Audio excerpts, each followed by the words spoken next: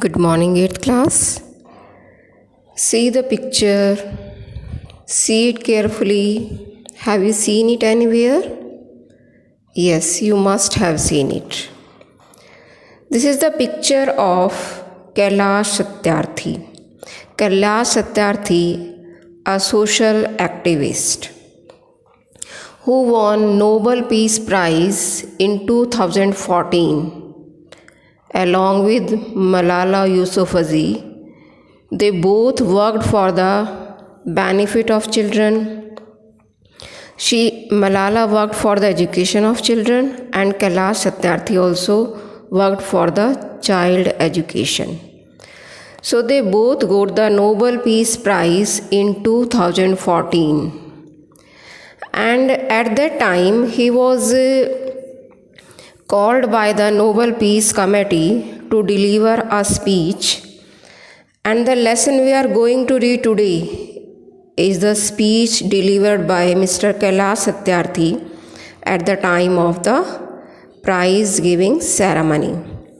So let us learn something about Mr. Kailash Satyarthi.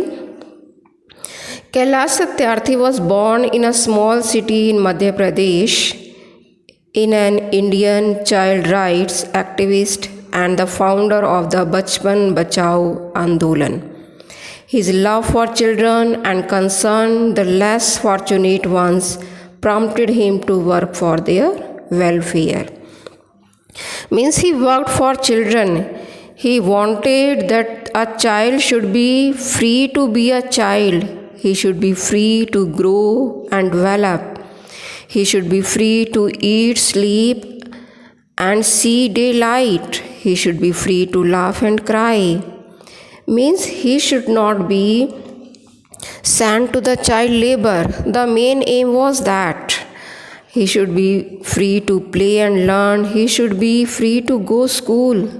And above all, he should be free to dream of his future. So today we are going to start the chapter number 4 that is in our reading. See, set our children free. Set our children free. So see what is written here. This speech is a powerful argument made by the Nobel Peace Prize winner Kailash Satyarthi. It opens our eyes and draws our attention towards the piteous condition of some of our fellow human beings. And who are they? Here, children. Yes. So, Your Majesties, Your Royal Majesties, Royal Highness, my dear daughter Malala, dear brother Tom Harkin, and my sisters and brothers. It is a salutation. Friends, the Nobel Committee has generously invited me to present a lecture. Respectfully, I am unable to do that. So he announced very early in the speech that I am unable to deliver a lecture here because I am representing here the sound of silence. The sound of silence. The cry of innocence and the face of invisibility. The cry of innocence means the cry of childhood, the cry of children. And face of invisibility means that we are unable to see. I represent millions of those children who are left behind, and that's why I have kept an empty chair here as a reminder. So he was saying that I represent millions of those children who are left behind. Nobody cares about those children. And due to that, I have kept one chair empty to remind you people. I have come here only to share the voice and dreams of our children because they are our children.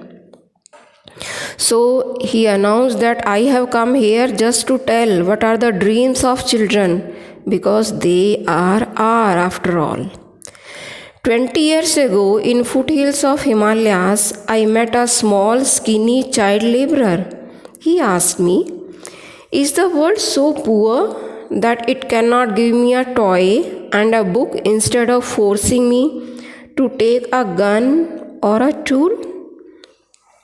So he was describing the incident of 20 years ago. In the foothill of Himalayas, he met a boy, child laborer, who had the gun in his hand, not the book, not the toy. The children of his age must have books and toys in their hands, but he had a gun. 20 years ago, a child mother from the street of Columbia asked me this: I have never had a dream. Can my child have one? So he was asking that the mother was saying that I never had a dream. Mother couldn't dare to see a dream, but if the child is able to see or not. Friends, all the great religions teach us to care for our children.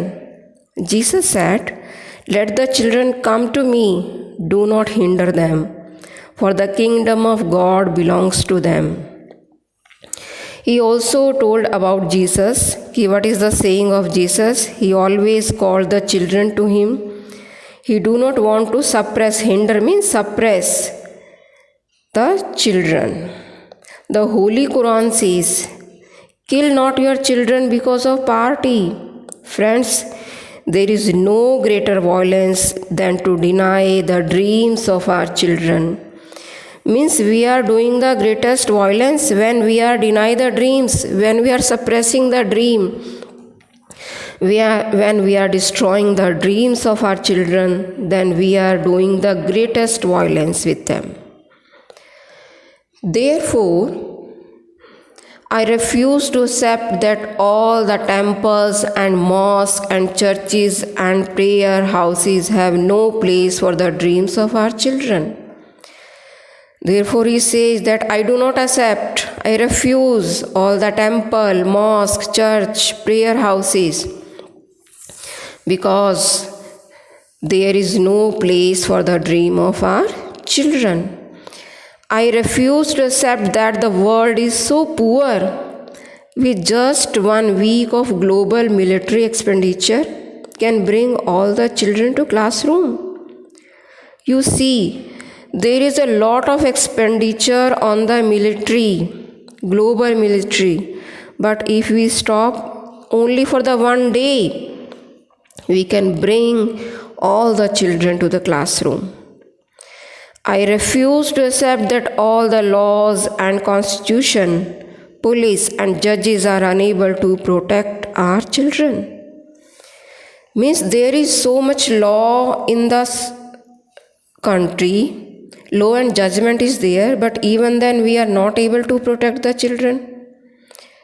They are turned to the child labor. So what is this? I refuse to accept that the shackles of slavery can never be stronger than the quest for freedom. So he also refused to accept that the slavery, it cannot be stronger than the freedom. Then he also says, I refuse to accept all these things that are not in the favor of a child, that are not in the favor of the child education, his dreams, his all comforts. Then what did he say? My only aim in life is that every child is free to be a child. Means a child should be a child. He should not be thrown into labor. Free to grow and develop, free to eat, sleep and see daylight. Because many children are there, those who are working and they cannot see even daylight. Day and night they are working. Free to laugh and cry, free to play and learn, free to go to school, and above all, free to dream. Dream of the future, that they can become something, they can do something in the life. I have the privilege of working with many courageous people who have the same aim. We have never given up against any threat or attack, and we never will. So he thanked all the people who are working with him, all the courageous people, all the brave people who are working with him with the same aim, means for the future of the children. We have made progress in the last couple of decades, but let us make no mistake, great challenges still remain. But he says that we have worked a lot, but the challenges are still there. We should not stop. We should continue. Friends, the biggest challenge or the biggest crisis knocking on the door of humankind is fear and intolerance. Fear and intolerance. We are not ready to tolerate others. Rights, security, and hope can only be restored through education. Yes, education is the biggest tool in the hands of society. Only that can reform the society.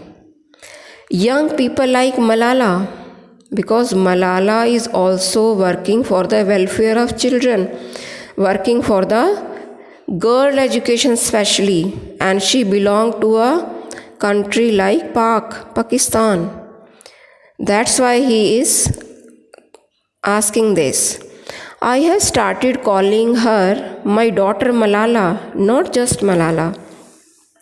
So my daughter Malala and other daughters including Kayanth, in fact 2 Kayants, and Shejia, and the daughter from Africa and from all over the world.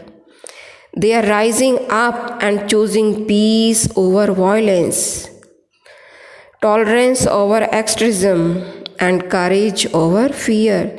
So he is talking about the fearless girls who are very much courageous, who are extremism, ideas that are not normal, reasonable, acceptable to most people. They are above them because they have courage over the fear.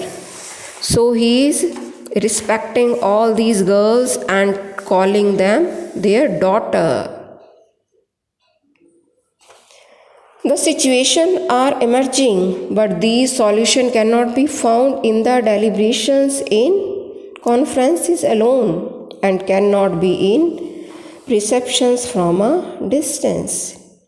You may ask that, what can one person do? I would recall a story of my childhood. Then he recalled the story of his childhood. A heavy fire had broken out in the forest. All the animals were running away, including the lion and the king of the forest. Suddenly, he saw a tiny bird rushing towards the fire. He asked the bird, "What are you doing?" To the lion's surprise, the bird replied, "I am going to extinguish the fire." The lion laughed and said, "Wow! Can you do it keeping just one drop of water in your beak?"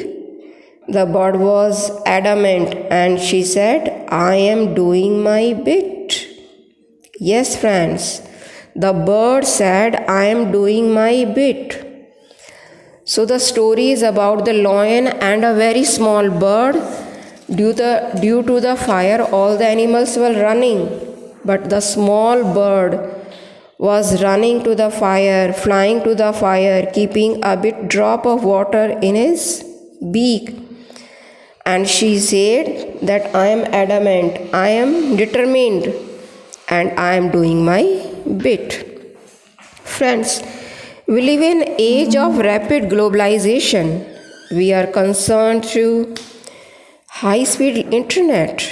We exchange our goods and services in one single global market. Thousands of flights every day connect us from one corner to another corner of the globe.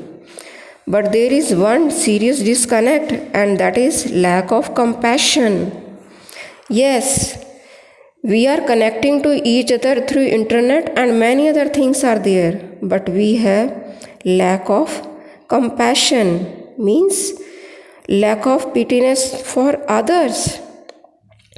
Let us inculcate and transform these individuals' compassion into a global compassion. Means concern for the children of the whole globe, not one country, the children of all the earth. Let us globalize compassion. Mahatma Gandhi said, if we are to teach real peace in this world, we shall have to begin with children. Yes, my dear friends, children are called the future of the country because what they are learning today, the world will learn tomorrow. So if we want peace and harmony in the world, then we are to start everything from our children. I humbly add, let us unite the world through compassion for our children. I ask, whose children are they who stitch footballs yet have never played with one? You see, a child is stitching the football, but he never played with one. Who is that? Whose children are they? Whose children are they who harvest cocoa, yet they have never tasted chocolate? Means it is a pity that children are doing the work in the farms, but they never tasted that things.